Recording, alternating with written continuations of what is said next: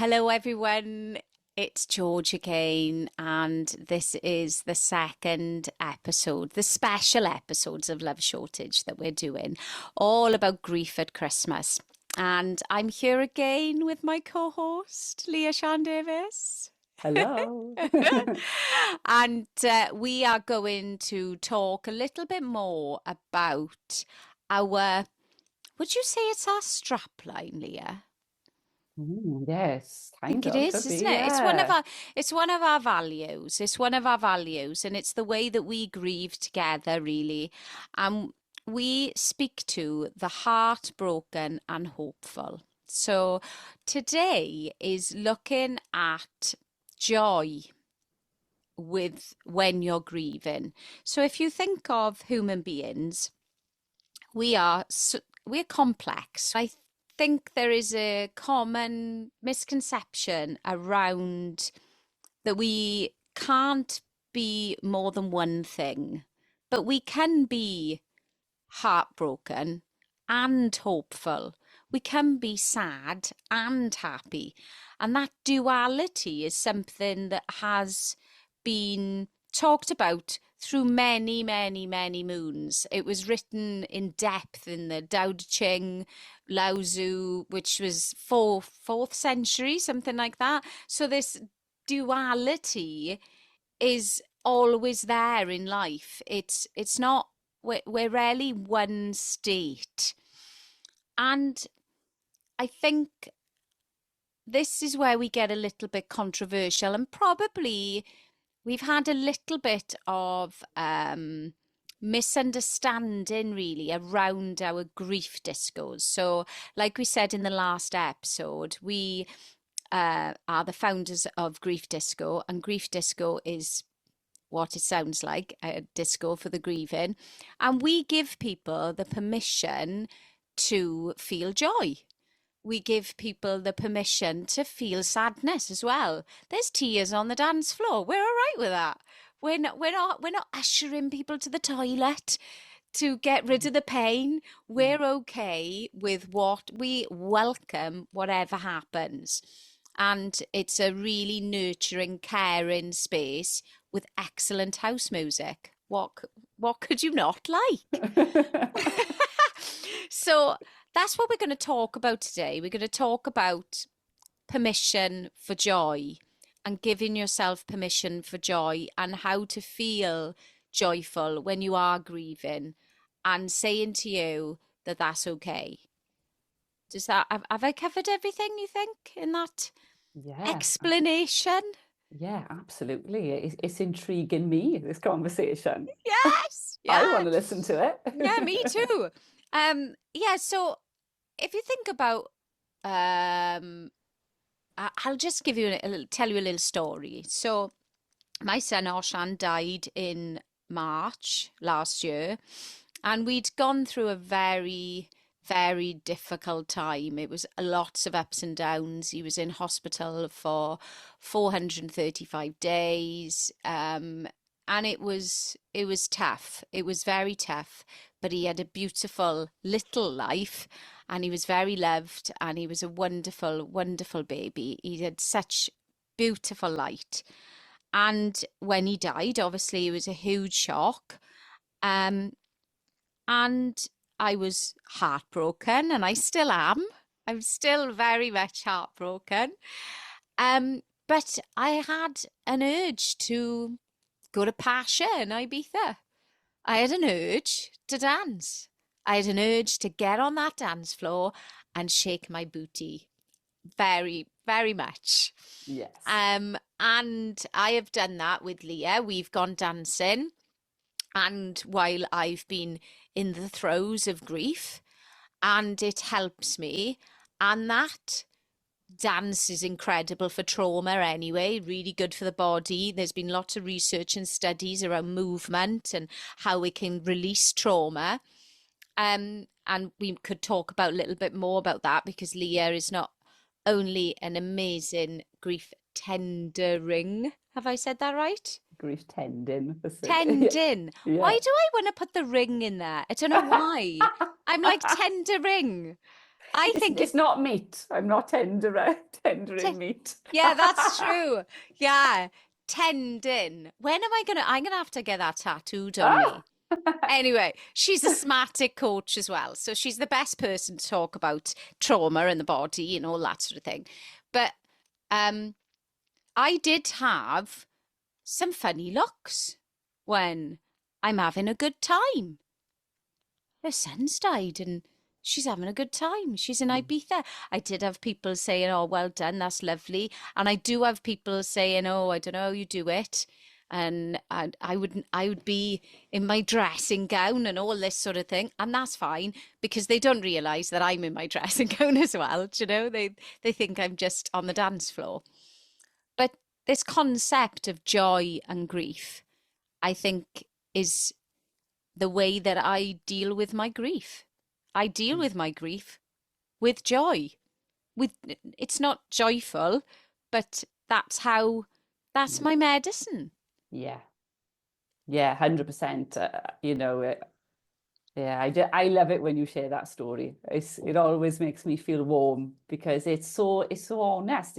It's true, isn't it? That we are so complex. We're not one thing, and we don't feel just one emotion and at any time.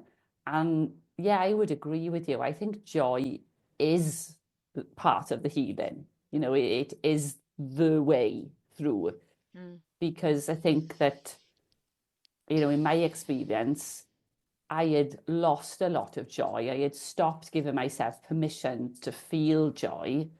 Um, well, probably actually before my brother and sister died because they were so unwell. They had mental health problems, alcohol problems, and I would feel so bad that they were suffering that I almost felt like, well, who am I to be enjoying myself when the people I love are feeling so bad, So I would minimize my joy. I would dampen it down and play it down. And I can remember for a long time after that I didn't actually know that I had stopped feeling joy until I felt it again. And then there was grief in that. There was like grief in realizing that I'd been missing out so much on that joy that when I felt it, I just felt so sad to think of all that I'd lost. Not only my brother and sister, but a part of myself, that a part of me had got lost along the way as well. That missing out on joy. So yeah, I can relate to that so much. And my joy came back through music as well.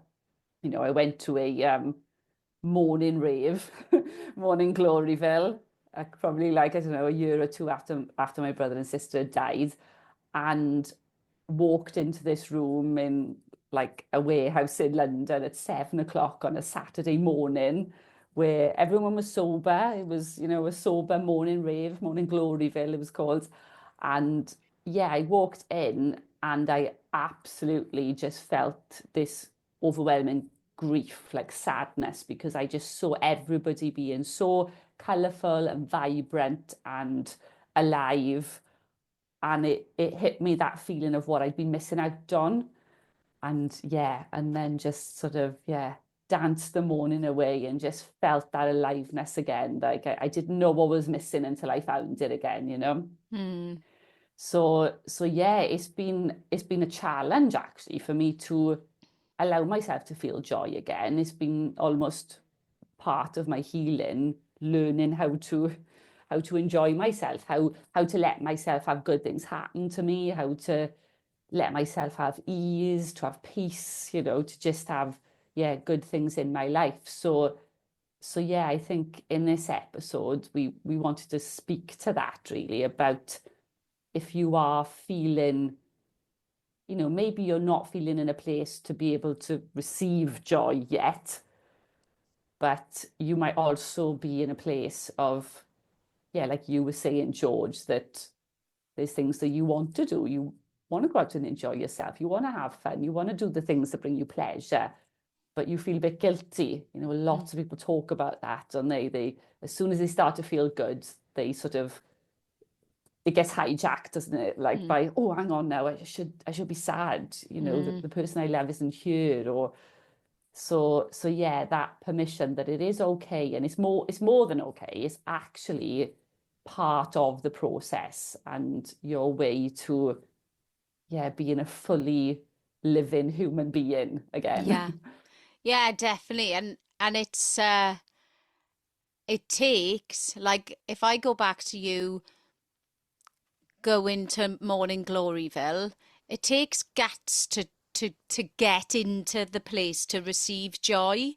You got to buy the ticket. You got to go down to London in your case, and all of that. You've got to do a little bit of push through. Like Mm, when we did the grief disco, the last grief disco, lots of people came on their own, and they said to me, like, there was a woman that was like, oh, I nearly didn't come, and then I was gonna come, and then she stood having a coffee, didn't she, for a minute, because really didn't want to come into the dance room. But it takes guts, doesn't it? yeah. It takes guts, it takes bravery, and it takes all of you, because grief is already taking all of you. Mm, So you're already bogged down with that. So having that ability to go, do you know what? I'm just going to say yes. I'm just going to say, I've had this thing in the diary, or that I've seen this poster, or I've seen this event, or I've heard that we're going, that someone's going there. I'm just going to say yes. And I mm, think it starts with just saying yes, doesn't it? yeah.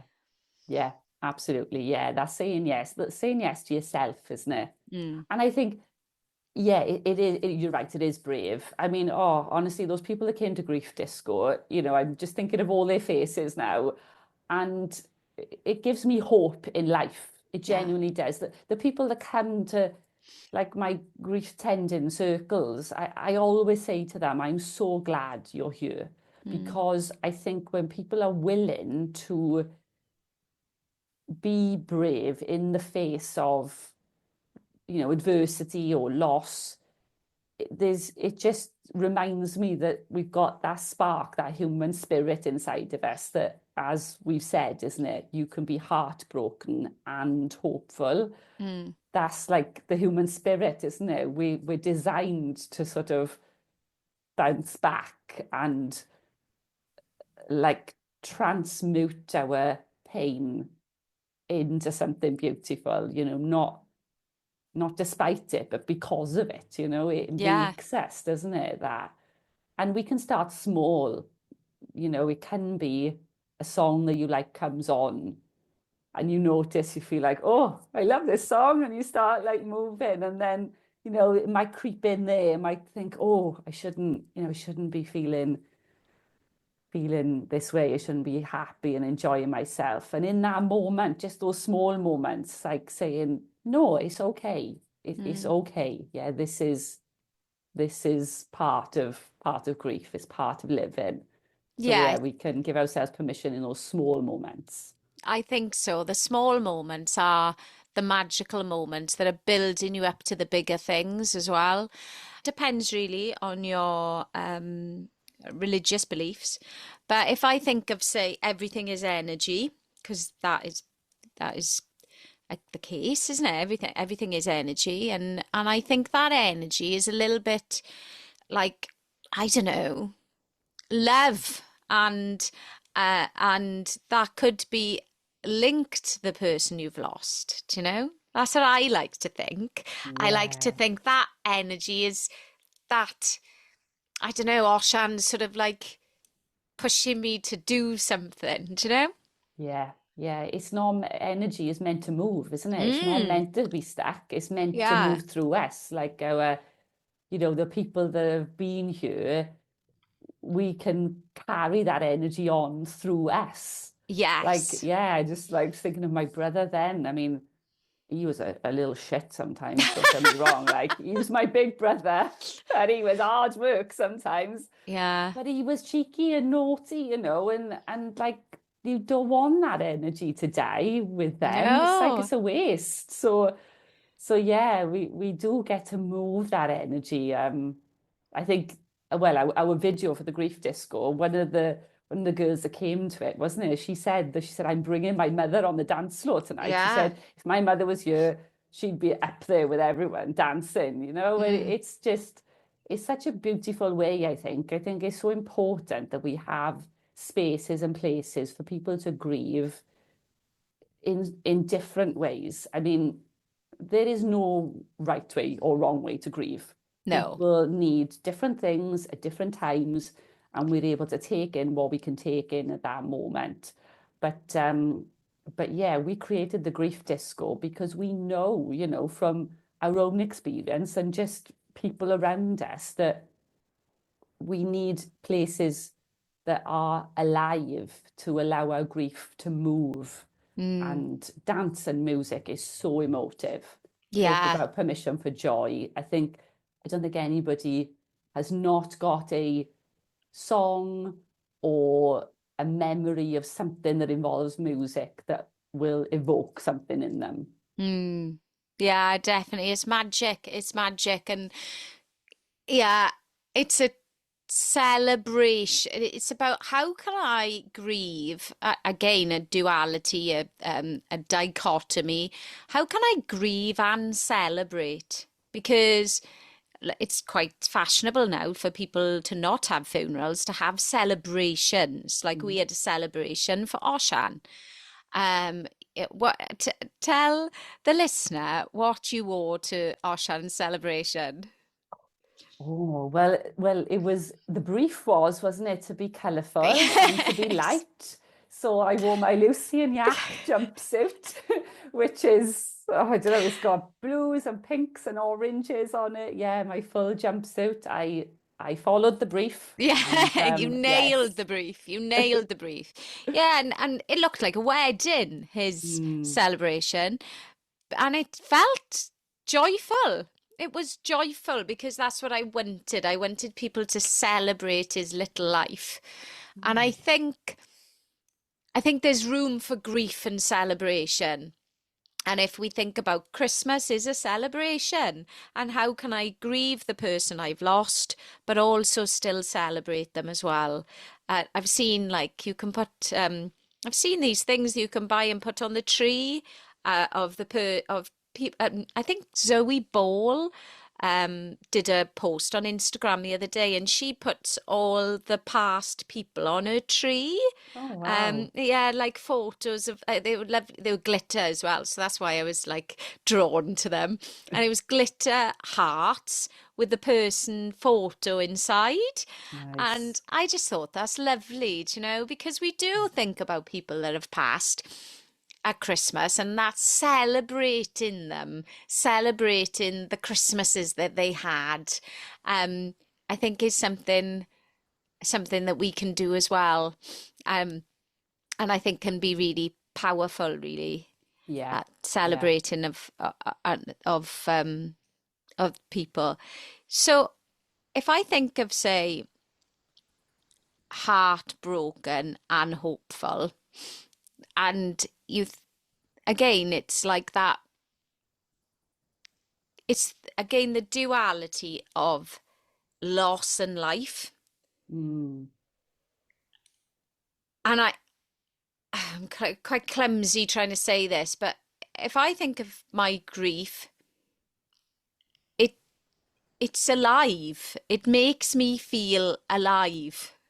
I probably have never felt so alive, mm, really. yeah, yeah. Um, Now, not always, not always. I will put that caveat in there. But yeah, I think going with being more connected to the way that you feel, that intuition, that spirit, that drive, that is that aliveness in us. And I think following your bliss, following that joy can really be that element of that hope. Yeah. Yeah, absolutely. Yeah. The hope that's saying, I still have the will to live a life that Mm. I've still got. Mm. Yeah. Yeah, you're right about that aliveness. I've experienced that too. Um, Feeling braver, feeling bolder. Um, yeah, definitely. Yeah, it it does, because I think if we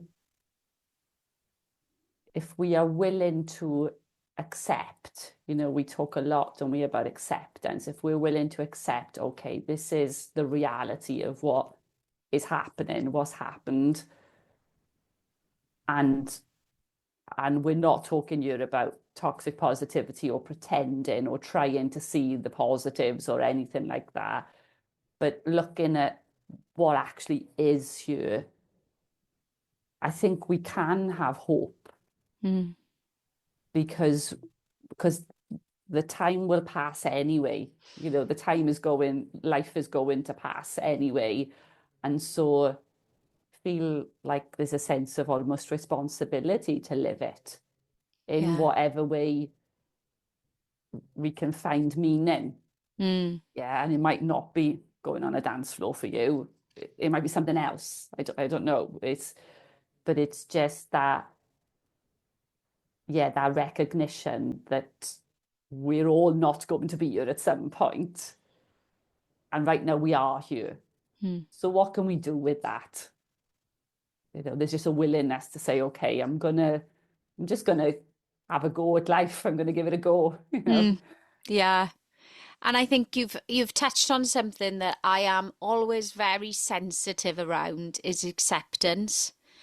And I think we have been met with a bit of controversy, haven't we, with our grief Hmm. disco? Some people have not really got it. And I think that would make sense in their stage of where they are as well, Hmm. because the thought of dancing to someone that is utterly devastated in Hmm. that place of they can't believe it's happened. Yeah. They can't believe it's happened. Hmm. And their world is a world that they don't want to be in. I can only talk from my experience, but I sat a long time with the prospect of Oshan dying. Um, I was in it for a long time. He had vulnerabilities. So because of that, I was sitting on it a lot of the time. It could have happened throughout most of his life, all of his life, really. Hmm. Um, and when he did pass, my I was relatively quick to accept it because of the experience of what I'd had. But if I don't know if it was if it was an instant, quick shock, there's people die in loads of different ways.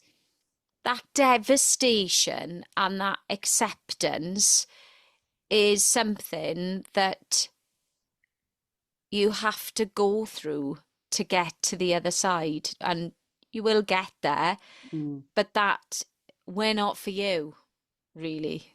Yeah, absolutely. I think you're right there. I think there are different points, aren't there, in people's grief journey, and it can be unique to their experience and what's happened, where you need different things at different times, and we've all got the capacity, we've got, a window of what we can actually take in and accept, isn't it? It's a process, and you can't do that in one go. It's a life's work, really, isn't it? To continue to process things it's like, metabolizing things at a rate and at a pace. We've all got our own pace and our own timeline of what we can accept.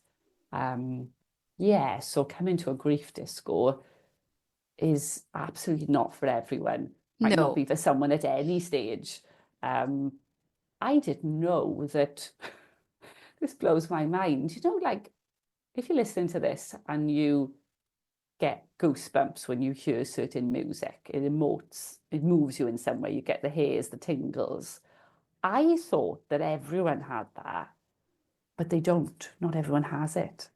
So, if music might not be your thing, Mm, even though we are, I guess, the singing and dancing species, it's been with us since the dawn of time, but you might have other ways that allow you to express your grief or process your grief, other ways that bring you joy, that bring you comfort.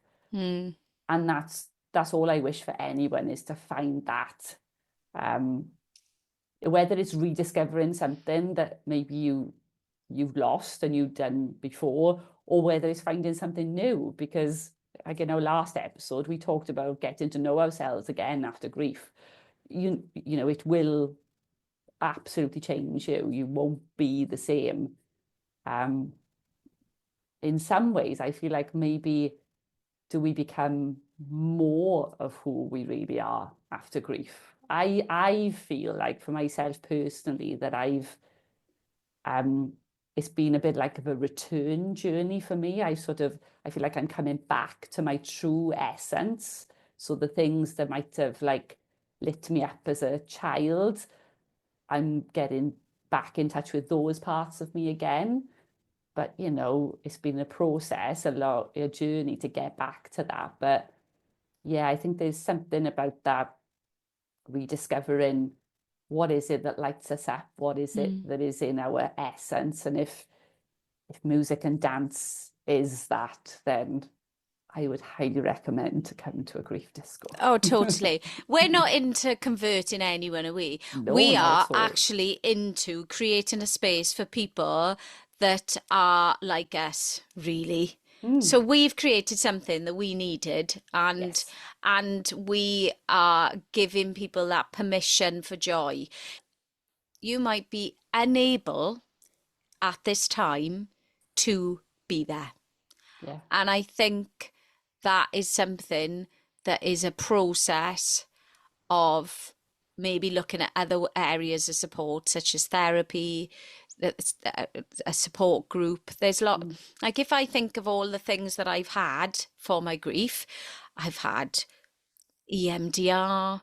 I've had one-to-one coaching. I go to a baby loss group. I've danced on the dance floor.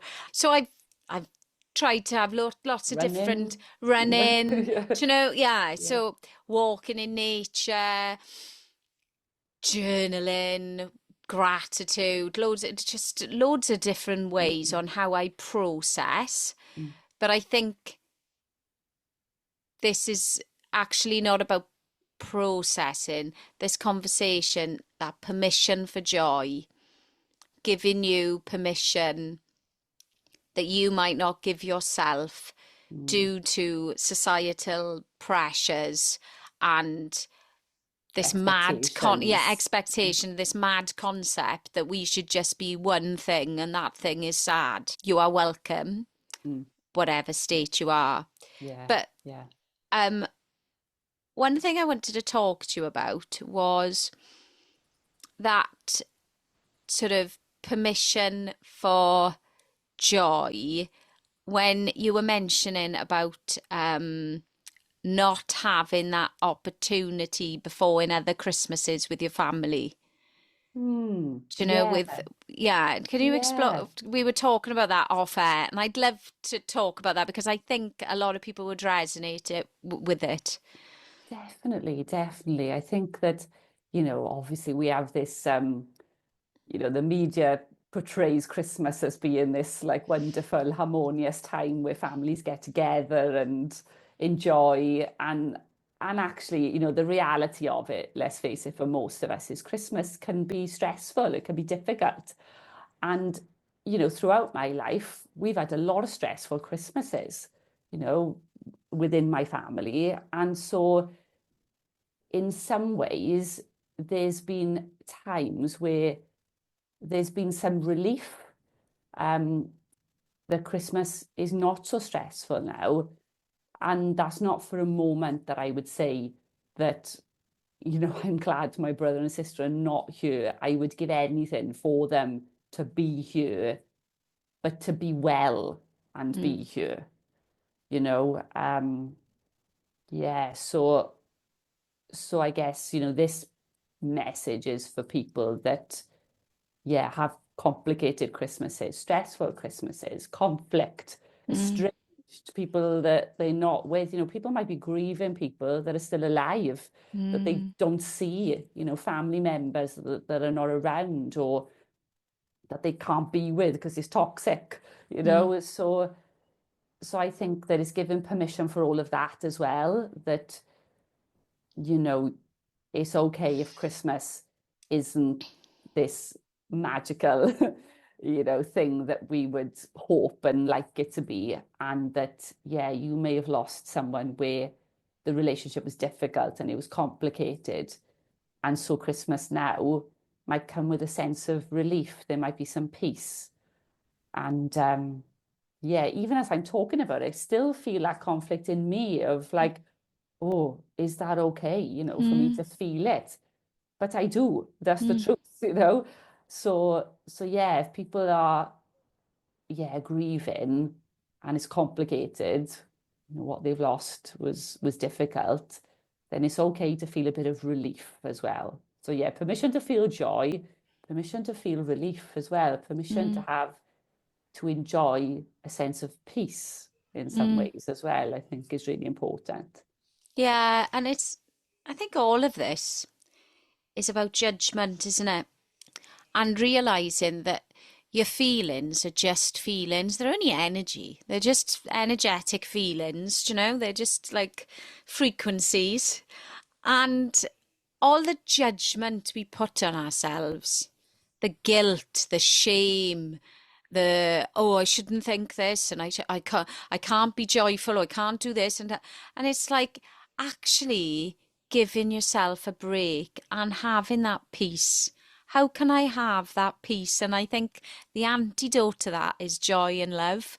Not to Mm. sound like a massive hippie, but I am a massive hippie. But you are. I am a massive hippie. But it is joy and love. It's giving yourself that kindness of if you feel a feeling of joy over Christmas and you're grieving, just going, I'm going to have that. I'm taking that for myself, thank you. Yes, Grab it bing. with both hands. Yeah, grab it with both hands because it's there. Yeah. And the last thing you want, like feelings are like if you imagine a balloon and you put that balloon underwater and you push that down and you push that balloon and you let go of that balloon's gonna fly up in the air. And that's what feelings happen. You push them down and you push them down and you push them down, and then you've got an EastEnders Christmas on your hand. You've got the I've burnt the turkey. I've had enough. Do you know what I mean? You got one of them on you, and you don't want one of them. You don't want one of them. So it's like, how do I, like me and Dave call it the pressure cooker release valve. Yeah, So do you yeah. know I got a grief valve Mm, and joy, dancing, just little bit of pressure, little bit of pressure off, a big cry, little bit of pressure, and I can feel my pressure. I can feel it building, and I'm yeah, like, right, I got to do something here now because I'm about to blow. yeah. And that it's again, it's tapping into what it's not being frightened of your feelings. It's Mm, sitting in them and yeah, and realizing they're a bit we're a bit messed up. Do you know? yeah. They might not feel right. You might not be feeling what the environment wants you to feel like. Everyone around you might be laughing and having the best time, and you want to cry. Mm, And yeah, that's okay. yeah. So yeah, yeah. Sorry, I think I went on a bit of a rant then. I No, did a yeah. monologue. I love the EastEnders Christmas. I think everyone, well, I don't know. I don't know many people who probably haven't had at least one EastEnders Christmas. Oh, I've had a couple of EastEnders Yeah. Christmas. Actually, one was, I hope parents and family and everyone, this is with love. I love you. Um, but it was the first year that Osham was born at 23 weeks, November. So he was in hospital. He was on a ventilator, and he was in Southmead Hospital that Christmas, and we were told that potentially we could lose him. And he was teeny weeny, and he had something called Pseudomonas, which is like a superbug, like you can only get in hospital. So he had a bug, and he was ill, and it was it was a difficult time, and everyone was waiting for us to come back from the hospital to have dinner. But while they were waiting, there was a lot of alcohol consumed.